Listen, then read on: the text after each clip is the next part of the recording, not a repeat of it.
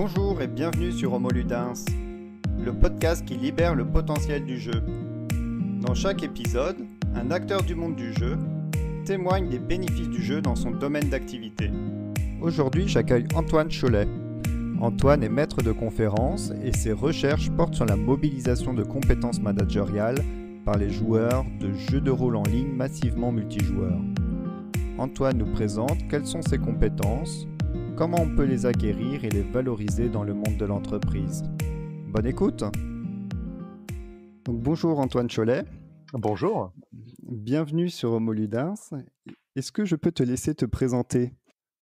Oui, bien sûr. Donc, je m'appelle Antoine Cholet, je suis maître de conférences à l'Université de Montpellier, au département informatique de l'UT de Montpellier, et membre du laboratoire Montpellier Recherche Management. Et mes recherches portent sur le jeu vidéo, et notamment les compétences managériales des joueurs de jeux vidéo, ainsi que du sport électronique, aussi appelé e-sport, et enfin de tout ce qui est pédagogie ludique. D'accord. Et d'où te vient cet intérêt pour le jeu ? Alors, c'est vrai que le jeu, c'est quelque chose qui a bercé mon enfance, hein. Je vais parler vraiment du jeu vidéo, mais aussi le jeu au sens large, comme les jeux de société. Donc j'ai toujours eu des consoles avec moi, et quand j'étais, on va dire, dans mes études, à la fois au collège, au lycée, mais aussi à l'université, je souhaitais faire, on va dire, un métier en lien avec les jeux vidéo. J'ai été chef de projet jeux vidéo pendant 1 an, et puis ma passion pour le fait de transmettre des connaissances et de vouloir enseigner m'a fait devenir enseignant-chercheur, et c'est pour ça qu'aujourd'hui, je lie à la fois mon métier d'enseignant-chercheur et ma passion pour les jeux vidéo. D'accord. Alors moi, je t'ai trouvé en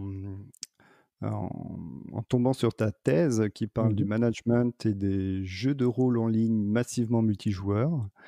Est-ce que tu peux nous expliquer ce qu'est un jeu de rôle en ligne massivement multijoueur ou aussi MMORPG ?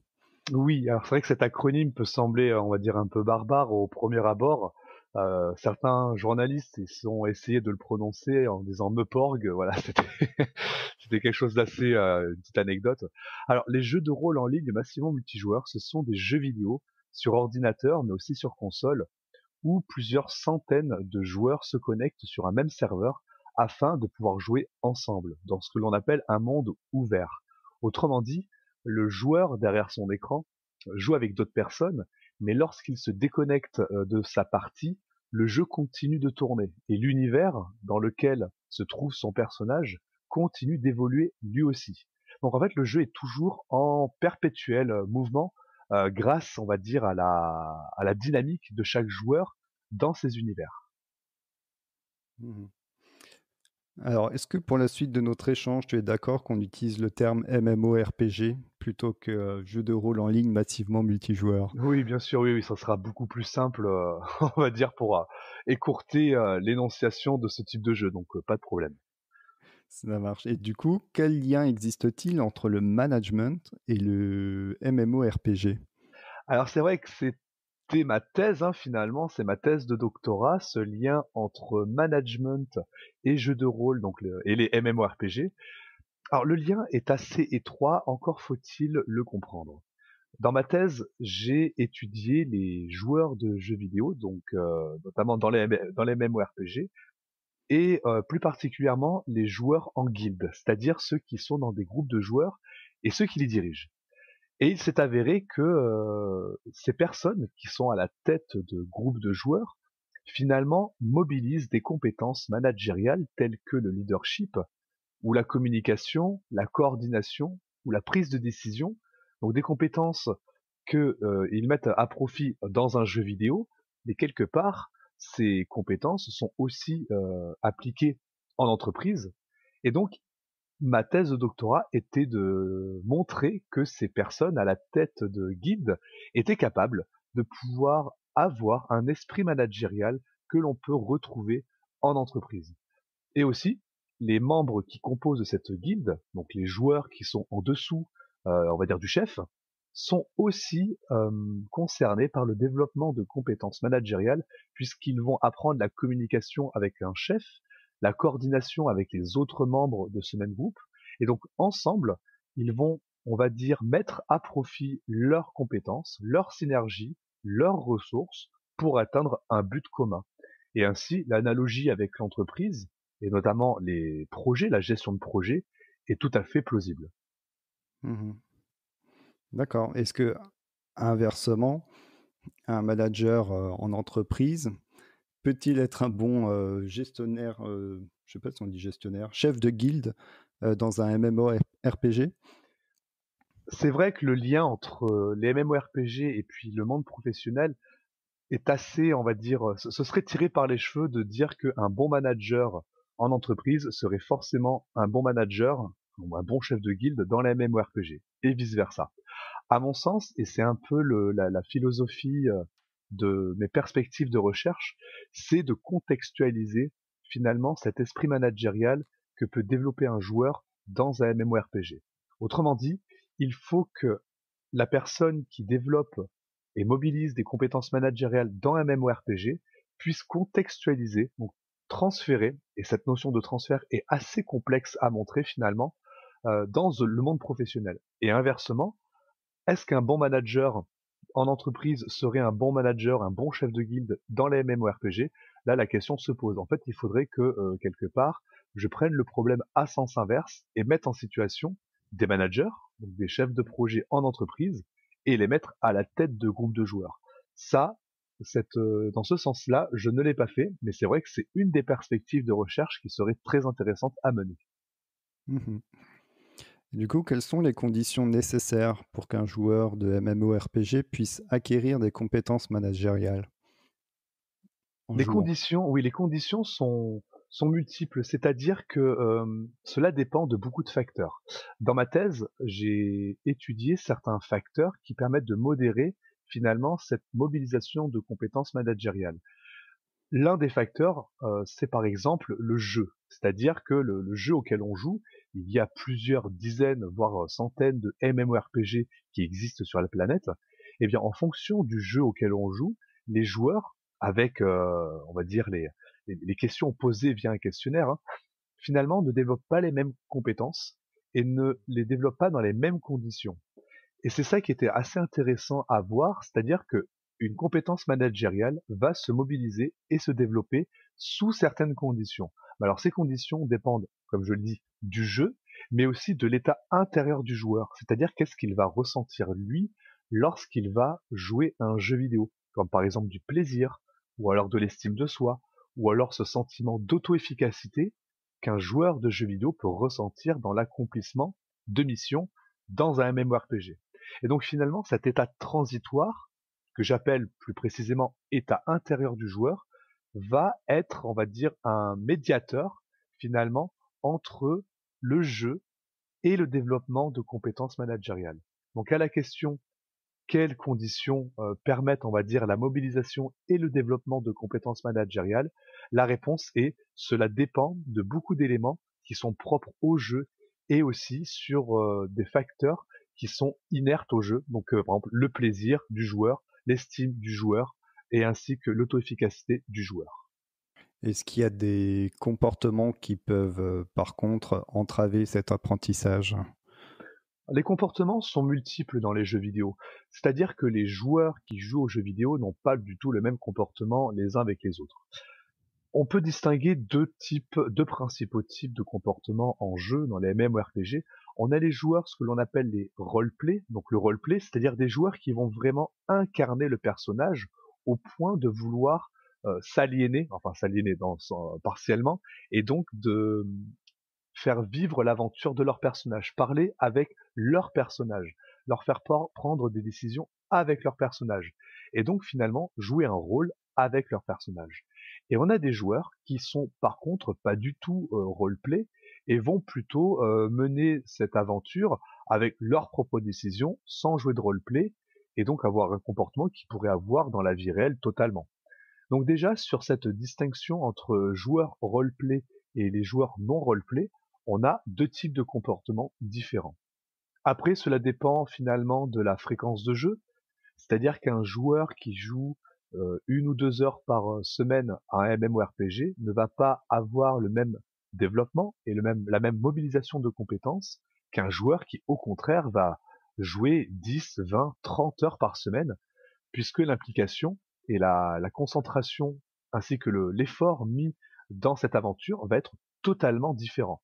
Donc autrement dit, le comportement du joueur va dépendre aussi de le degré de mobilisation et de développement de compétences managériales. Bah, du coup, tu nous as parlé du temps de jeu. Mmh. Est-ce que par rapport à ça, est-ce qu'il y a on a observé une limite? C'est-à-dire, si on a un comportement qui s'apparente à par exemple à de l'addiction où on joue beaucoup trop, est-ce Mmh. que on continue quand même à développer des compétences, en jouant ou est-ce qu'au contraire, on il n'y a il n'y a pas de développement de compétences managériales observé? C'est vrai que cette notion de seuil, on me la pose comme question assez souvent, hein. C'est une question assez récurrente, hein. On aime bien en tant qu'être humain avoir un chiffre, un seuil pour se dire: avant on développe des compétences et après on est dans une phase finalement de, plutôt, perverse du développement de la compétence. Je n'ai pas de chiffre à donner sur ça puisque le temps de jeu n'est, à mon sens, et la littérature également, le met en avant, n'est pas un bon indicateur pour, enfin du moins n'est pas le meilleur indicateur pour savoir si la personne va être en excès ou pas. Et je vais prendre un exemple concret. Dans des nombreuses interviews que j'ai pu mener durant mes recherches, j'ai pu avoir des joueurs qui, en jouant ne serait-ce que 30 minutes, voire 1 heure par jour, avaient des comportements qui pouvaient s'apparenter à du jeu abusif. Autrement dit, on avait des joueurs vraiment qui étaient très impliqués, voire trop impliqués dans leurs jeux vidéo, en jouant que une demi-heure, voire 1 heure par jour. Et à l'inverse, on va avoir des joueurs qui vont peut-être jouer 20, 30 heures par semaine, donc avoir un temps de jeu qui est bien supérieur au premier profil que j'ai énoncé, et qui pourtant vont avoir des résultats scolaires ou alors des résultats au travail qui sont totalement satisfaisants, ainsi qu'une vie sociale épanouie, une vie familiale sans problème. Et donc, ces personnes-là ne sont pas, on va dire, en danger, si on peut appeler ça comme ça. Elles sont juste passionnées par le jeu. Et finalement, le temps consacré au jeu, c'est leur passion. Donc finalement, leur temps libre est consacré quasi exclusivement, ou du moins pour leur grande partie, aux jeux vidéo. Tout est une question finalement de modération, d'équilibre. Et je pense que les personnes qui jouent beaucoup aux jeux vidéo ne vont pas, on va dire, tomber dans l'excès. Et donc, cette notion de développement euh, de compétences managériales en fonction du temps, à mon sens, pour l'instant, n'a pas été montrée. Elle pourrait être montrée, mais il n'existe, à mon sens, à l'heure actuelle, pas d'indicateur précis en disant que à partir de 20 heures de jeu par semaine, par exemple, avant ces 20 heures, on développe et on mobilise des compétences managériales, et après ces 20 heures, eh bien finalement, il y a un effet pervers, on n'apprend plus et on devient, on va dire, un joueur qui joue abusivement aux jeux vidéo. Ça n'a pas encore été montré. OK. Est-ce que tu as remarqué que certains MMORPG permettent d'acquérir des compétences, managériales plus facilement que d'autres? Il est vrai que certains jeux sont beaucoup utilisés par les joueurs, hein, sur la planète. Il y a les grands jeux, hein, de MMORPG, on peut citer World of Warcraft par exemple. On peut aussi citer Ion, Final Fantasy XIV, Dofus, et j'en passe. Donc finalement, est-ce qu'il y a des jeux qui sont plus propices? Eh bien, j'ai envie de dire que oui. Et ce oui dépend finalement de la mécanique de jeu qui est intégrée dans les MMORPG. Et je vais m'expliquer. Certains éditeurs comme Blizzard Entertainment, qui développent finalement World of Warcraft, ont bien compris de l'intérêt finalement de la gestion des guildes à l'intérieur de leur jeu. Et ils vont mettre à disposition des joueurs toute une interface, un panel d'outils, d'options, de possibilités de gestion que l'on peut apparenter à une gestion en entreprise, une gestion de projet en entreprise, et j'en passe. Donc finalement, les jeux qui vont disposer d'une interface qui est propre à la gestion de projet, qui est propre finalement au management, vont être plus propices au développement et à la mobilisation de compétences managériales. Si la gestion d'une guilde finalement se résume à j'engage ou je recrute un nouveau joueur et je lui assigne une mission, bon, ce sera assez simple. Mais si on a un jeu qui propose toute une gestion des ressources, toute une gestion des stratégies, des recrutements, de la communication et des ressources en interne, là, on franchit un pas supplémentaire. Mmh. D'accord. Est-ce que tu peux nous donner des exemples pour illustrer en quoi les MMORPG permettent à des joueurs de développer des compétences managériales? Oui, j'ai 2 exemples à vous donner, des exemples, alors c'est 2 exemples parmi à mon avis des centaines d'autres que j'ai, mentionnés dans ma thèse.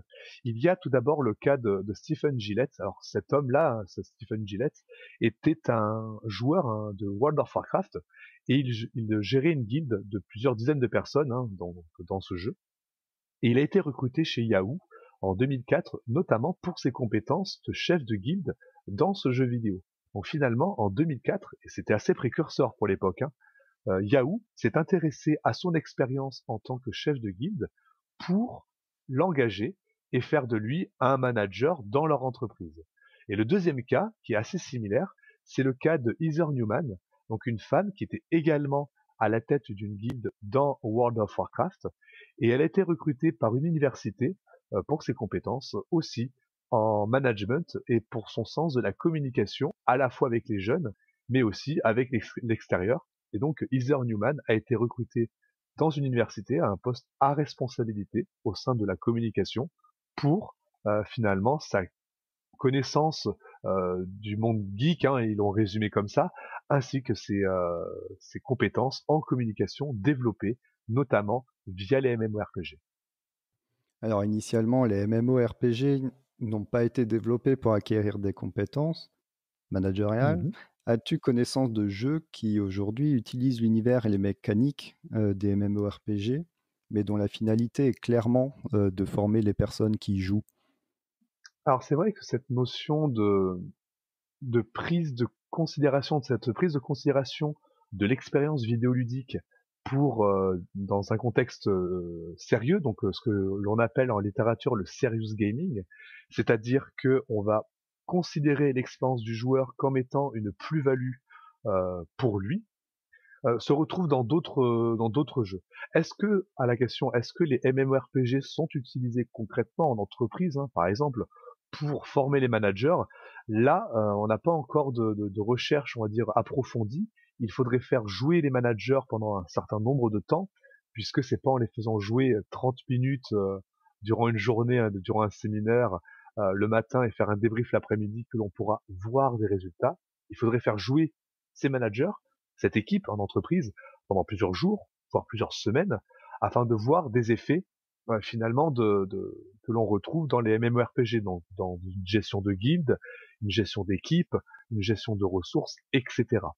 Par contre, c'est vrai que les jeux de rôle, donc au-delà du jeu vidéo, hein, au-delà du MMORPG, sont utilisés en entreprise pour révéler les personnalités. Donc à minima, les MMORPG pourraient être utilisés pour révéler certains traits de personnalité des membres d'une équipe dans une entreprise, mais de là à savoir si ça leur permet d'évoluer par eux-mêmes via le MMORPG, là ça reste encore à montrer, et c'est vrai que ça pourrait être le cas d'une recherche future que je pourrais mener.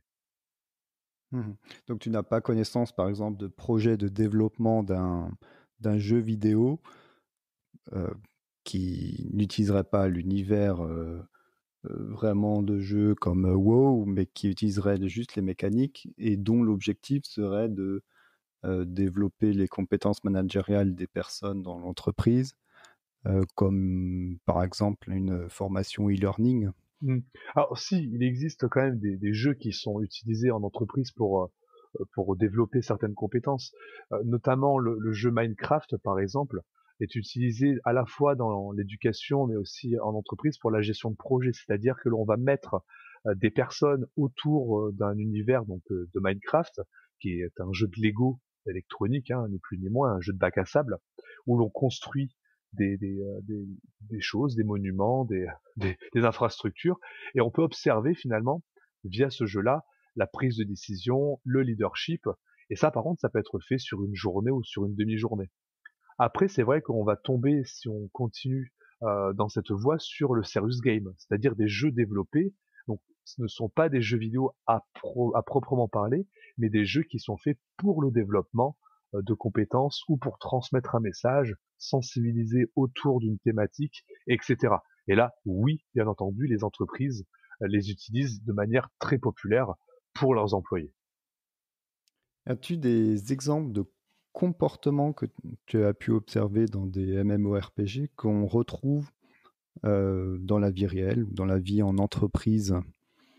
Oui, oui, c'est vrai que j'ai observé des comportements qui m'ont rappelé, finalement, des comportements que l'on peut avoir, en entreprise, hein, par les salariés et je vais commencer par le rôle du chef de guilde, finalement, le leader, le manager, donc la personne qui est à la tête de ce groupe de joueurs, va avoir clairement cet esprit de vouloir faire avancer son équipe, de vouloir mener à bien des missions, de vouloir qu'elle rayonne au sein du jeu puisqu'il y a des classements. On pourrait, comparer ça au classement en entreprise ou alors aux résultats d'une entreprise et de cette volonté de toujours être les meilleurs. Donc c'est vrai que le chef de guilde s'apparente clairement au PDG, hein, au PDG, donc un comportement vraiment d'entrepreneur, de faire avancer son équipe pour qu'elle réussisse. On a ensuite, dans les MMORPG, les rôles d'officiers. Ce sont les managers, les managers intermédiaires finalement. Eh bien, c'est tout simplement les chefs de projet ou les managers en entreprise, des personnes qui vont avoir une responsabilité au sein du groupe de joueurs. Si on doit parler concrètement, ça peut être le raid leader, autrement dit un joueur qui va être chargé d'organiser des raids. Les raids, ce sont des missions à accomplir à plusieurs joueurs dans un donjon, dans une mission qui est cadrée avec un temps, avec un objectif très précis. Et donc, on va charger un joueur d'organiser finalement cette mission. Eh bien, ça, c'est tout simplement le rôle du chef de projet, c'est-à-dire de mener à bien un projet spécifique au sein de toute l'entreprise, au sein de toute cette guilde. Et il peut y avoir plusieurs raids en même temps, ou plusieurs préparations de raids au sein d'une guilde. On a ensuite les personnes qui vont, moi j'appelle ça les mercenaires, c'est-à-dire des joueurs qui vont aider les guildes, mais sans y entrer de manière pérenne. Ce sont un peu des prestataires de services. J'aime bien appeler ça comme les Mmh. freelance. Donc des personnes qui vont mettre à profit, enfin qui vont être leurs compétences au profit d'entreprises, donc là de groupes de joueurs, de guildes, et être ainsi payées en contrepartie. Donc en entreprise, c'est de l'argent, mais dans le jeu, bah, c'est de l'argent aussi, mais de la monnaie du jeu vidéo. Donc on a aussi ce comportement de prestataire de service dans les jeux. On a le rôle finalement du salarié lambda, hein, de la force vive, hein, la base aussi qui est appelée, bon, c'est sans être péjoratif, et donc du joueur qui compose la guilde, donc du salarié, qui va suivre, qui va exécuter des tâches, qui va peut-être faire remonter des idées, mais qui va participer pleinement et majoritairement à faire vivre son entreprise, et donc, en analogie avec le jeu, son groupe de joueurs. En tout cas, le groupe de joueurs auquel il appartient. Et on a même aussi des comportements on va dire un peu néfastes. En entreprise, on a souvent des personnes qui veulent, on va dire, pas saboter, mais peut-être qui sont réfractaires au changement, ou une personne qui va être licenciée va peut-être se rebeller, saboter. On a aussi ce type de comportement des espions, des personnes des joueurs, hein, qui vont être dans une guilde, mais pas pour des bonnes raisons, malheureusement. Donc, on retrouve finalement des comportements que peuvent avoir des personnes en entreprise dans les jeux vidéo, mais en contextualisant, encore une fois, en adaptant ces comportements dans les jeux. Donc oui, ils existent. Quel conseil donnerais-tu aux personnes qui souhaitent utiliser le MMORPG pour développer leurs compétences managériales? Alors pour ces personnes-là, je leur dirais avant tout, de s'amuser. Ça paraît peut-être bizarre de dire ça, mais un jeu vidéo à la base, si on revient vraiment aux fondamentaux d'un jeu vidéo, c'est en premier lieu pour se divertir.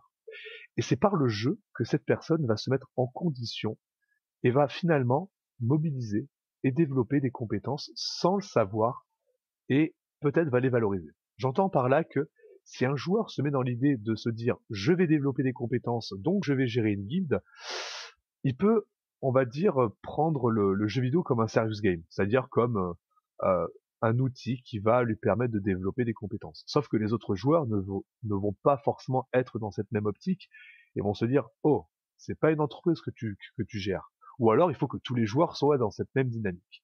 Il faut que la personne s'amuse.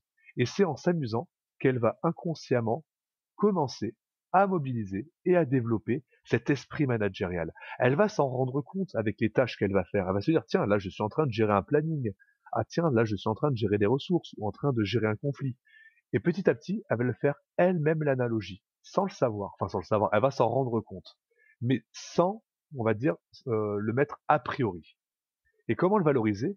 Eh bien, elle peut le valoriser en l'écrivant dans son CV, par exemple. Moi, c'est ce que je dis aux joueurs de MMORPG. Je leur dis, si vous avez des compétences ou des responsabilités, pardon, dans une guilde, vous pouvez les marquer sur votre CV. Alors, ne pas les marquer avec un langage que j'appelle joueur. C'est vrai que si on dit que l'on est chef de guilde d'une équipe qui s'appelle les Rois du Sang dans World of Warcraft, bon, ça risque de peut-être de faire rigoler le recruteur, sauf s'il connaît World of Warcraft et qu'il y joue aussi, et ça peut être un positif. Mais plutôt de transformer ce langage gamer en langage professionnel, et en mettant « je suis manager d'une équipe virtuelle de 100 personnes ». Bon, ok, et ça peut susciter, on va dire, la curiosité du recruteur, et dans un deuxième temps, on va pouvoir, enfin, la personne qui a mis ça sur son CV va pouvoir parler de son expérience vidéoludique. Mais c'est quand même beaucoup plus sérieux de mettre le deuxième cas, donc manager d'une équipe virtuelle de 100 personnes, plutôt que de dire que l'on est chef de guilde des Rois du Sang dans World of Warcraft. D'accord. Bon, du coup, nous arrivons aux dernières questions. Oui. Est-ce que tu as un jeu que tu nous recommandes, que ce soit un jeu vidéo ou pas? Oui, c'est vrai que des jeux vidéo que je recommande, il y en a plein, et puis tout dépend finalement de ce que l'on veut en faire. Si je dois rester dans la MMORPG de prime abord, moi j'ai une grande affinité pour le jeu Final Fantasy XIV, que je trouve très beau, dont les mécaniques de jeu sont très bonnes, avec une gestion des guildes qui est aussi excellente. Donc c'est vrai que c'est un MMORPG que je conseille fortement. Après, tout dépend finalement de ce que l'on veut vivre dans les jeux vidéo. Moi je sais que j'arrive facilement à faire mon top 3, le fameux top 3 de mes jeux vidéo préférés. Mon top 1, ça restera aussi un jeu de l'entreprise de Square Enix et qui est toujours un Final Fantasy X, un jeu où l'on peut vivre des émotions. Alors ça, c'est une toute autre thématique, mais c'est vrai que via les jeux vidéo, on peut ressentir des émotions, vivre des expériences extraordinaires. Et ce jeu, Final Fantasy X, m'y a amené, ainsi que le jeu Life is Strange, donc de Dontnod, qui est un jeu également à choix, qui m'a fait vivre des expériences, je veux dire, assez singulières, où la prise de décision, quand même, hein, donc on retrouve une compétence managériale, où la prise de décision est le maître mot de ce type de jeu, donc dans ce jeu. Donc je ne sais pas si je réponds parfaitement à la question, mais je pourrais citer autant de titres qu'il est possible en fonction de ce que l'on peut vouloir vivre dans un jeu vidéo. Le principe, c'est que il n'y a pas une bonne définition du jeu vidéo. La définition du jeu vidéo est propre à chaque individu en fonction de ce qu'il souhaite vivre finalement dans un jeu vidéo. Ok. Alors, si on souhaite en savoir plus sur toi et ton travail, où peut-on s'informer? Déjà, on peut me contacter, c'est-à-dire que je suis totalement, on va dire, ouvert à ce que l'on me contacte par email, hein, donc antoine.cholet@umontpellier.fr, mon adresse finalement institutionnelle. Il ne faut pas hésiter à me contacter, je réponds aux emails sans problème, avec grand plaisir. Je peux aussi, mon travail est accessible sur Internet via mon site Internet qui s'appelle donc www.extragames.fr, donc Extra Games avec un S. Et enfin, sur la page du laboratoire de recherche que j'ai, donc il suffit de rechercher Antoine Cholet sur les réseaux sociaux, sur le site de mon laboratoire, et on trouvera facilement mes travaux ainsi que mes contacts. Et pour les personnes qui nous écoutent et qui souhaiteraient en savoir davantage, ou alors discuter avec moi autour du jeu vidéo, du jeu de société, on l'a pas trop abordé, parce que c'est pas vraiment la thématique, mais fait partie de mes on va dire de mes centres d'intérêt au niveau de la recherche, du sport électronique, ainsi que de la pédagogie ludique. J'invite toutes ces personnes à me contacter avec grand plaisir. D'accord, bah écoute, je mettrai aussi des liens dans la description de l'épisode. Avec plaisir. Merci beaucoup, Antoine Cholet. Merci beaucoup. Merci d'avoir écouté jusqu'au bout. Si vous avez aimé, abonnez-vous sur votre plateforme de podcast préférée. À dans 2 semaines pour un nouvel épisode.